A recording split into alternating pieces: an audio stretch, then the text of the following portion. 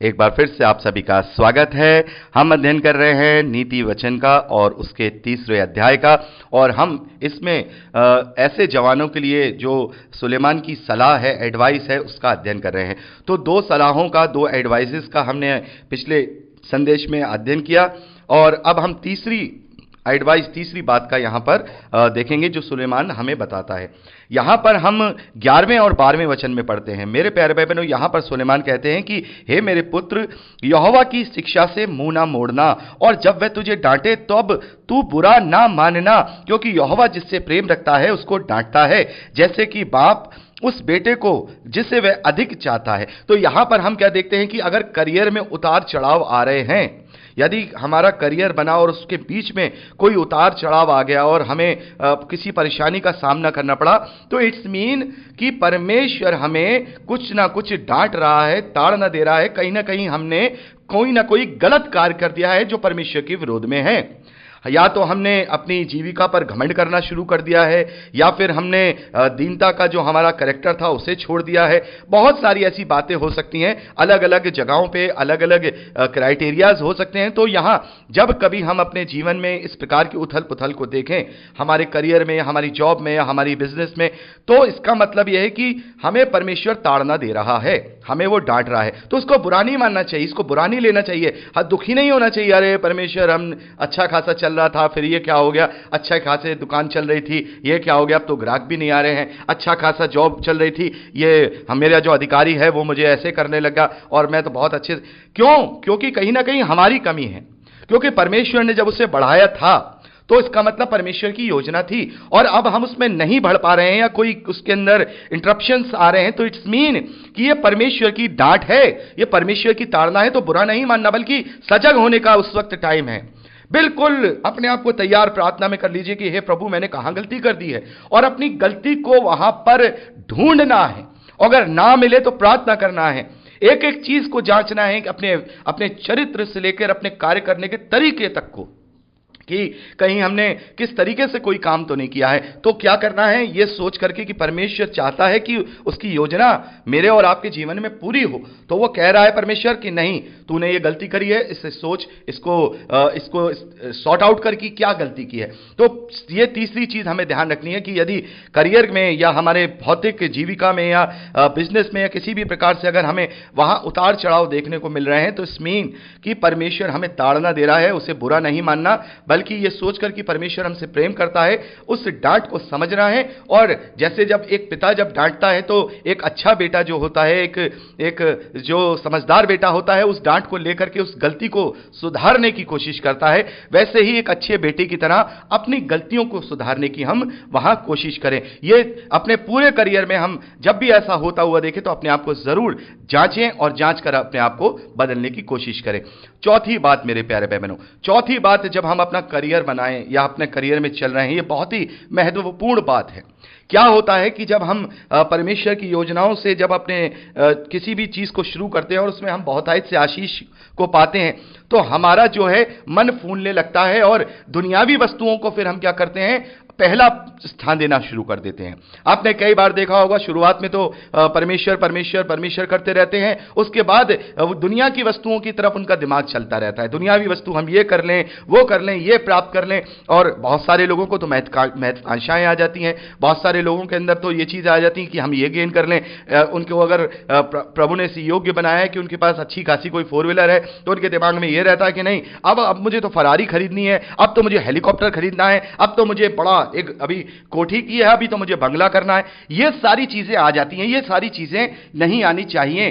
13वें वचन से लेकर मेरे प्यारे भाई बहनों, 13वें वचन से लेकर 16वें वचन तक हमें यही बात समझाई जा रही है। यहां जो सुलेमान है वो कह रहे हैं, क्या ही धन्य है वे जो मनुष्य जो बुद्धि पाए, और वह मनुष्य जो समझ को प्राप्त करे, क्योंकि बुद्धि की प्राप्ति चांदी की प्राप्ति से बड़ी है, उसका लाभ चोखे सोने के लाभ से उत्तम है, वह मूंगे से अधिक अनमोल है, और जितनी वस्तुओं की तू लालसा करता है उनमें से कोई भी उसके तुल्य ना ठहरेगी। तो मेरे प्यारे भाई बहनों, यहां पर हम क्या देख रहे हैं बुद्धि का भ्रष्ट होना क्या है? हमारा डाउनफॉल का शुरुआत होना है। तो बुद्धि को लेकर के अपने साथ ले, बुद्धि क्या है? परमेश्वर का भय। तो इन सब चीजों में ना पड़ें। संतुष्टि बहुत बड़ी चीज होती है। यदि हमने इन सब चीजों में अपने आप को डाल दिया, अपने आप को अगर इन चीजों में डाल दिया, तो उसका मतलब यह हो गया कि परमेश्वर के भय को हम इन सारी बातों को बड़ा, परमेश्वर के भय से ज्यादा इन सारी बातों को हम जो है क्या दे रहे हैं? प्रायोरिटी दे रहे हैं। तो यहां पर वो परमेश्वर का भय, अपने जीवन को परमेश्वर की आज्ञा पालनता के साथ जीना, सब कुछ उस चांदी की प्राप्ति से भी बड़ी है जिसको हम प्राप्त करना चाह रहे हैं। उत्तम लाभ जो है, चोखे सोने से भी उसका जो लाभ है वो उत्तम है, मूंगे से भी अधिक वो अनमोल है। तो हमें इस धरती पर इन तमाम भौतिक वस्तुओं के प्रति लालची नहीं होना है, जिससे कि हमारा जो बुद्धि है वो भ्रष्ट हो जाए। क्योंकि यदि हमने अपने जीवन में संतुष्टि के साथ अपने जीवन को, अपने करियर को नहीं जिया और केवल बिल्कुल एक पशु समान, एक गधे समान केवल इस कार्य के लिए कार्य करते रहे कि हमें दुनियावी वस्तुओं को लेना है, परमेश्वर ने तो बढ़ा दिया, लेकिन परमेश्वर गिराने वाला भी है, ये भी याद रखिएगा, और परमेश्वर छोड़ने वाला भी है। देखिए, दो कारण हो जाएंगे हमारे जीवन में। यदि हम परमेश्वर के डरवैये हैं, हम परमेश्वर से प्रेम करने वाले हैं, तो क्या होगा? परमेश्वर हमें ताड़ना देगा, हमारे बिजनेस को डगमगाएगा और हम अपने आप को क्या करेंगे? उस डांट को देखेंगे और अपने आप को सुधार लेंगे। लेकिन हम नहीं सुधरेंगे और परमेश्वर ये देखेगा इसने तो पूरी तरह से मुझे छोड़कर शैतान को अपना लिया है। क्योंकि कई बार ऐसा होता है ना, हम अपने करियर में आगे बढ़ते हैं, बिजनेस में आगे बढ़ते हैं, तो बिल्कुल परमेश्वर को तो हम पूरा एक ताक पे रख देते हैं। फिर अपनी बुद्धि से, पैसों के लालच में, महत्वाकांक्षाओं को करने के लिए हम फिर बुरे बुरे शैतानी काम करने भी लगते हैं।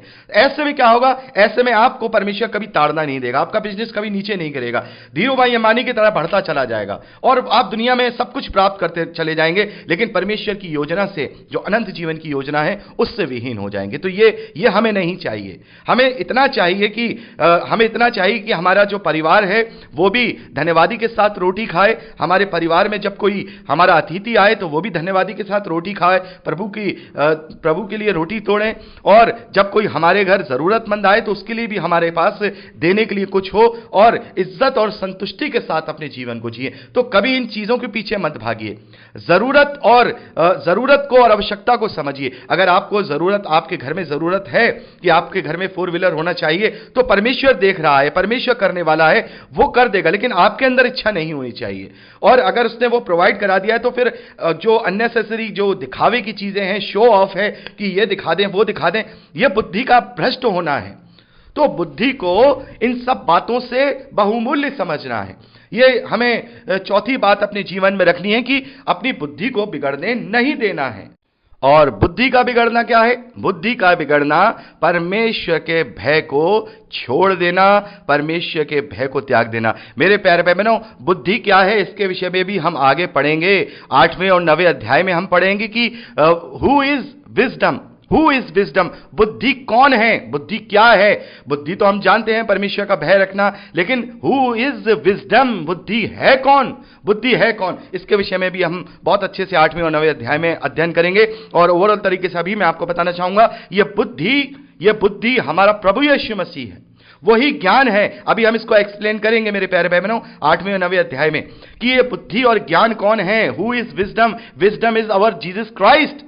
प्रभु यीशु मसीह हमारा विजडम है। प्रभु यीशु मसीह ये वो बुद्धि है जिसके द्वारा समस्त सृष्टि का निर्माण हुआ है, और ये वो बुद्धि है जो सबसे पहले आदि में थी, परमेश्वर के साथ थी। इसे हम अभी आगे एक्सप्लेन करेंगे। तो हमें अपनी बुद्धि को भ्रष्ट नहीं होने देना है इन सब चकाचौंधों में, क्योंकि निरंतर जब हम इस धरती पर जो भौतिक वस्तुएं हैं उनमें बढ़ते हैं, क्योंकि प्रभु हमें उतना देता है जितनी हमारी आवश्यकता है। लेकिन आवश्यकता से जब हम ज्यादा चाहते हैं तो प्रभु हमें नहीं देता, क्योंकि हमारी बुद्धि बिगड़ सकती है। लेकिन शैतान जरूर हमें प्रलोभन देता है, लालच देता है, अभिलाषाओं में डालने की कोशिश करता है, उसमें फंसाने की कोशिश करता है। तो बच के रहना रे, बच के रहना है हमें इन बातों से, कि हमें ये सारी चीजें हम पर हावी ना होने पाए, किसी तरीके से हमारी बुद्धि भ्रष्ट ना होने पाए। ये बुद्धि जो हमें परमेश्वर का भय मिला है, प्रभु यीशु मसीह का अनुग्रह मिला है, ये हमारे जीवन से दूर ना होने पाए।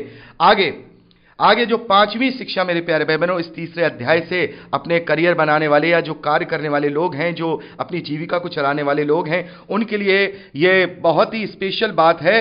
5वीं बात यहां हम 28वें और 29वें वचन में पढ़ते हैं, यहां पर सलाह है, यदि तेरे पास देने को कुछ हो तो अपने पड़ोसी से ना कहना कि जा कल फिर आना, कल मैं तुझे दे दूंगा। जब तेरा पड़ोसी तेरे पास बेखटके रहता है तब उसके विरुद्ध अपनी बुरी युक्ति ना बांधना। मेरे प्यारे भाई बहनों, यहां जब परमेश्वर हमें इस योग्य कर दे कि हम अपने परिवार को, अपने आप को अच्छे से उनका जो है पालन पोषण कर रहे हैं, भरण पोषण कर रहे हैं, तब यदि कोई आपके पास मदद के लिए आए तो कभी भी अपना हाथ पीछे मत हटाना। मेरे प्यारे भाई बहनों, जो लोग दूसरों की भलाई के लिए, मदद के लिए तैयार रहते हैं, परमेश्वर उनका दृढ़ ढाल बन जाता है। हमें तत्पर तैयार रहना है, भलाई में तत्पर तैयार रहना है। इससे हमारे जीवन के अंदर जो आनंद है, जो संतुष्टि है, वो बनी रहेगी। यदि देखिए मेरे प्यारे भाई बहनों, जिसके अंदर भलाई नहीं तो उसका मतलब वो अपने लिए बहुत सारा धन इकट्ठा करना चाह रहा है, अपने लिए हेलीकॉप्टर खरीदना चाह रहा है, अपने लिए ऐसी चीजों को लेना चाह रहा है जो परमेश्वर की दृष्टि में बिल्कुल बेकार है। क्योंकि अगर वो भलाई करेगा तो उसे अपनी जेब से पैसे निकालने पड़ेंगे, अपनी जेब से पैसे निकालने पड़ेंगे तो उसकी महत्वाकांक्षा कैसे पूरी होगा? तो जीवन भर वो अपने खत्ते पैसों से भरता रहेगा, लेकिन अपने जीवन में वो कभी किसी के लिए भलाई नहीं करेगा, क्योंकि उसके लिए एक एक पैसा अपने दांत से दबाने के जैसा है। अपने लिए तो वो हजारों करोड़ों लाखों खर्च कर देगा, लेकिन भलाई के लिए उसे 100 रुपए भी ऐसा लगेंगे जैसे वो 1 करोड़ रुपया है। तो हमें इस बात का ध्यान रखना है, यदि परमेश्वर ने हमें इस योग्य किया, हमने अपने बुद्धि के साथ, परमेश्वर के भय के साथ अपने कार्य में, अपने कार्य में सफलता को पाया, तो भलाई के लिए तैयार रहिए, भलाई के लिए तैयार रहिए। ये 5वीं बात हमें अपने जीवन में देखनी है कि यदि कोई, अगर मेरे पास कुछ देने के लिए है, यदि मैं किसी के मैं ये नहीं कहता हूं कि अपने बच्चों का हक मार के, अपने परिवार का हक मार के किसी को देना है, नहीं, यहां साफ तौर पर लिखा है यदि देने को कुछ है, यदि तू दे सकता है, यदि तू इस योग्य है कि अगर तू उसे दे करके तुझे कोई फर्क नहीं पड़ेगा, तो हमेशा तैयार रहें, एक दूसरे की सुधि लें। और प्रभु ने तो इसका क्राइटेरिया बनाया है, प्रभु ने तो उसको एक क्राइटेरिया बनाया है अपने न्याय की प्रक्रिया में। हम पढ़ते हैं ना, मत्ती रचित सुसमाचार 25वें अध्याय में प्रभु कहते हैं कि वो भेड़ों को एक तरफ दाईं ओर और बकरियों को बाईं ओर करेगा, और वो धर्मियों से कहेगा कि जाओ, तुम अपने उस स्थान में जाओ जो तुम्हारे लिए बनाया गया था। और वो कहेगा कि जब मैं भूखा था तुमने मुझे पानी पिलाया, जब मैं भूखा था तुमने खाना खिलाया, जब मैं प्यासा था तुमने पानी पिलाया, जब मैं नंगा था तुमने मुझे वस्त्र पहनाए, मैं बंदी गृह में था तुम मिलने आए। प्रभु ने कहा है ना ये बात। प्रभु ने ये भी कहा कि वो धर्मी ये पूछेंगे हमने तेरे साथ कब किया?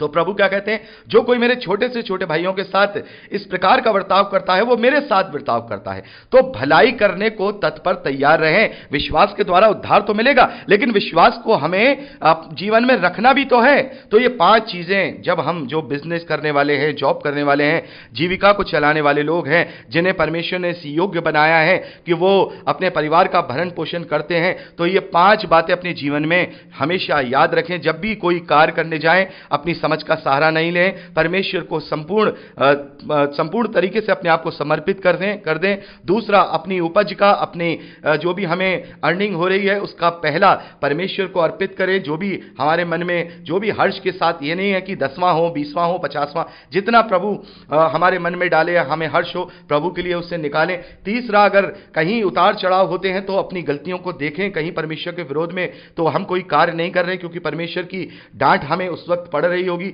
चौथा, बेकार के लालच में ना फंसें, जरूरत की वस्तुओं की तरफ ही ध्यान दें और परमेश्वर के भय को, बुद्धि को इन सारी वस्तुओं से भी अधिक प्रिय जानें। और 5वीं, हम हमेशा भलाई के लिए तत्पर तैयार रहें। ये 5 सलाहें ऐसे युवकों को, ऐसे जवानों को, ऐसे भाइयों को, ऐसी बहनों को यहाँ पर जो सुलेमान है वो दे रहे हैं, जो जीविका की तलाश में है, या जो जीविका में जी रहे हैं, या जिनके पास रोजगार है या बिजनेस है, जो भी कुछ यहाँ हम देखेंगे।